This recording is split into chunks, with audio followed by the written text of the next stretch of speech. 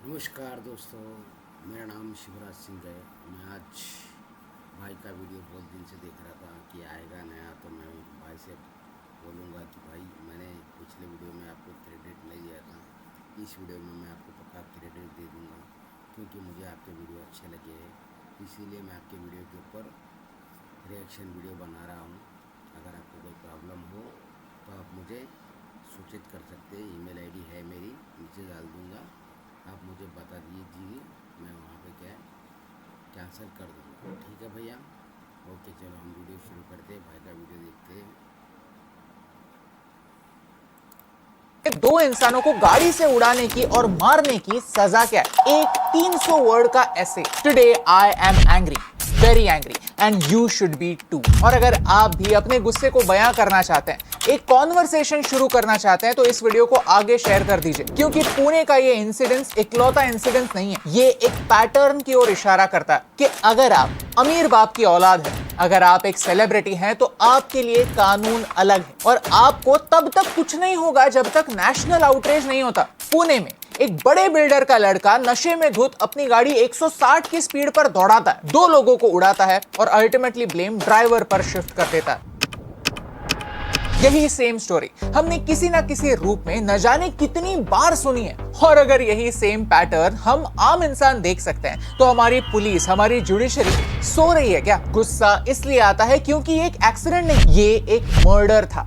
और इस मर्डर के लिए जिम्मेदार कौन? करप्ट शोरूम जिसने बिना रजिस्ट्रेशन के गाड़ी डिलीवर की, वो लॉज बनाने वाले जो ऐसे लूप होल्स शोरूम्स के लिए छोड़ते हैं, बुरे माँ बाप जिन्होंने बिना लाइसेंस के अपने बेटे को गाड़ी चलाने दी, करप्ट पब जिन्होंने एक माइनर को 48,000 का लिकर पीने दिया, करप्ट पुलिस जो अक्यूज को अल्कोहल टेस्ट से पहले पिज्जाज और बर्गर खिलाए जा रहे थे, या करप्ट लीगल सिस्टम जो सिर्फ 300 वर्ड का ऐसे लिखकर अक्यूज को जाने देने वाले थे। आमतौर पर गुनहगारों को सजा मिलने के लिए सालों साल निकल जाते हैं, लेकिन किसी अमीर बाप की औलाद को छुड़वाने के लिए छुट्टी के दिन पर भी काम किया जाता है। अरे छुट्टी के दिन काम करना ही है तो गुनहगारों को सजा देने के लिए काम करो, ना कि उन्हें छोड़ने के लिए।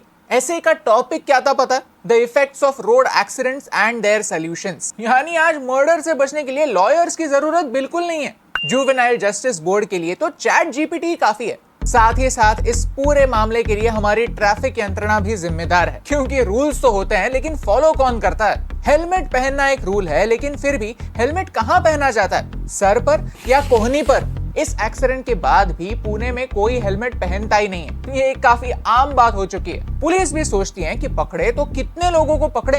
लोगों को आज तक ये समझा ही नहीं है कि हेलमेट, सीट बेल्ट उनकी खुद की सुरक्षा के लिए होते हैं। स्पीड लिमिट फॉलो करना हमारी खुद की सुरक्षा के लिए भी इंपॉर्टेंट होता है, लेकिन फिर भी रात को जोरों से रेस करते हुए जाने वाली गाड़ियों की और बाइक्स की आवाज हम हर रात सुनते हैं। और कई ट्रैफिक पुलिस का एक ही मकसद होता है, अगर रूल तोड़ते हुए किसी को पकड़ा तो उससे रिश्वत खाओ, क्योंकि जो भी रिश्वत दे सकता है उनके लिए रूल्स ऑप्शनल होते हैं। गुस्सा इसलिए आता है क्योंकि इस घटना के बाद कुछ नहीं बदलेगा, हम नहीं सुधरेंगे। कोविड की वजह से 2 साल के लिए हर कोई घर बैठा, फिर भी आज भी हम रास्ते पर थूकते हैं, हमें इसमें कोई शर्म आती ही नहीं। तो एक ऐसा एक्सीडेंट, उप्स, मर्डर क्या भला, आप और हम 2 दिन के लिए आउटरीच करेंगे, लेकिन सिस्टम वैसा का वैसा ही रहेगा।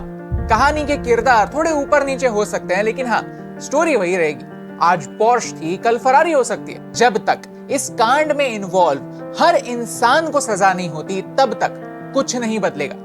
आज हम देखते हैं कि पुणे में इलीगल पब्स पर बुलडोजर चलाए जा रहे हैं। तो अगर इलीगल पब्स हैं ये पता था तो बुलडोजर इससे पहले ही क्यों नहीं चले? कार डीलर कहता है कि उन्होंने टेम्पररी रजिस्ट्रेशन करके गाड़ी ओनर के हवाले कर दी थी, उसके बाद की जिम्मेदारी ओनर की होती है। ये लीगली सही है, लेकिन एथिकली कितना सही है? डोंट यू थिंक के रूल्स में बदलाव होने चाहिए? गाड़ी इलेक्ट्रिक थी तो रोड टैक्स वगैरह कुछ था नहीं, सिर्फ 1758 रुपए की रजिस्ट्रेशन फी भरनी बाकी थी। हाँ, रूल ये कहता है कि टेम्पररी नंबर प्लेट पर गाड़ी सिर्फ घर से आरटीओ और आरटीओ से घर जा सकती, लेकिन फिर भी न जाने कितने दिनों के लिए ऐसी गाड़ियां रास्ते पर भटकती रहती हैं और ट्रैफिक पुलिस इस पर कोई एक्शन नहीं लेते। सोचिए, एयर बैग्स डिप्लॉय होने के कारण वेदांत अग्रवाल भाग नहीं पाए, लेकिन अगर वो भाग जाते तो एक और एक्सक्यूज मिल जाता किसी और पर ब्लेम ठोकने के लिए। रिपोर्ट्स के अनुसार वेदांत अग्रवाल और उसके दोस्तों ने 48,000 का बिल बार में किया था। लॉ कहता है कि आईडी प्रूफ चेक किए बगैर लिकर सर्व करना इलीगल। रूल तो है लेकिन फॉलो कौन करता है? लकीली इसका सीसीटीवी फुटेज है, नहीं तो ब्लड टेस्ट में कोई अल्कोहल डिटेक्ट ही नहीं हुआ था। यानी सवाल पुलिस और मेडिकल एग्जामिनर्स को भी जाता है। शुरुआत से ही सबने वेदांत अग्रवाल को इनोसेंट प्रूव करने की कोशिश की है और सबसे इंपॉर्टेंटली सवाल जाता है वेदांत अग्रवाल के पेरेंट्स को। एक माइनर के हाथ गाड़ी थमाना क्राइम है। वो उस दिन तो गाड़ी सीखा नहीं होगा, उसे किसी ना किसी ने तो गाड़ी सिखाई होगी। तभी अगर उसे स्पीडिंग करने से रोका जाता तो अरेस्ट होने के बाद पुलिस को गुमराह करने की कोशिश की, उसके बजाय अगर एक बार आकर सबके सामने अपोलोजाइज किया होता तो, सच को छुपाने के बजाय रिस्पॉन्सिबिलिटी ली होती तो। आज भी ब्लेम ड्राइवर पर शिफ्ट करने की कोशिश हो रही है। अगर जिम्मेदार ड्राइवर ही था तो पहले ही दिन ड्राइवर को क्यों नहीं सामने लाया गया? आई विटनेसेस ने ड्राइवर को क्यों नहीं पीटा? इतने सारे सवाल है और सबसे बड़ा सवाल यही है कि ये इतना कॉमन क्यों हो चुका है? क्या गलती थी उन दो युवाओं की जिन्होंने अपनी जान गंवाई? हमने कलेक्टिवली ये एक्सेप्ट ही कर लिया है कि इस देश में कुछ नहीं हो सकता। भारत में दुनिया की सिर्फ 1% गाड़ियां हैं लेकिन 10% रोड फेटालिटीज। और जिम्मेदार कौन? रोड बनाने वाले इंजीनियर्स जिन्हें पॉट होल्स के बगैर रोड बनाना आता ही नहीं। वो करप्ट ड्राइविंग स्कूल्स जो चंद पैसों के लिए किसी को भी ड्राइविंग लाइसेंस दिलवा देते हैं। वो आरटीओ ऑफिसर्स जो टेस्ट लेते ही नहीं। 500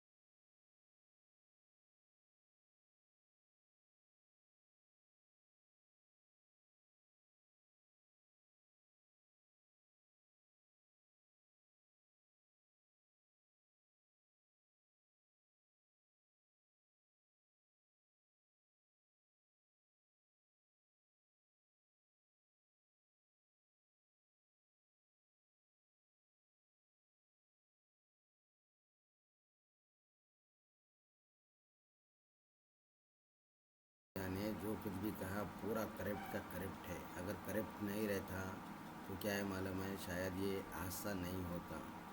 क्योंकि पहले तो एक बार वो बियर बार वाले के ऊपर डिपेंड रखता है, दूसरा जो गाड़ी इशू करा उसके ऊपर डिपेंड रखता है, तीसरा उन माँ बाप के ऊपर डिपेंड रखता है जिसने उसको गाड़ी दे दिया है। ये सब बाद में अगर वो ड्राइवर चलाता तो फिर ड्राइवर पहले क्यों नहीं आया, ड्राइवर बाद में क्यों आया, एक इशू रखता है। तो ये बातें सब सोचने वाली है। अच्छा सोचो, आप बैठकर सोचने के बाद ही कमेंट करना है इस वीडियो के ऊपर। मैं आपसे विचार करता हूँ, निवेदन करता हूँ, क्योंकि देखो ऐसे हादसों के ऊपर अगर हम आवाज़ नहीं उठाएंगे तो कब आवाज़ उठाएंगे? क्योंकि हमको आवाज़ उठाने का मौका मिला तो आवाज़ तो उठाओ यार। शायद वीडियो नहीं बना सकते, कोई बात नहीं, आपसे नहीं होता है वीडियो बनाना, शक्ल दिखाना नहीं होता है, कोई बात नहीं। आपको शक्ल दिखाने में डर लगता है, आपके परिवार वाले गुस्सा करते हैं, इसीलिए आप आवाज़ नहीं उठाते हो, कोई बात नहीं यार। मगर आप अपनी राय तो रख सकते हो, शायद कानून तक ये बात पहुंच सके। ठीक है, अब वीडियो हम समाप्त करते हैं।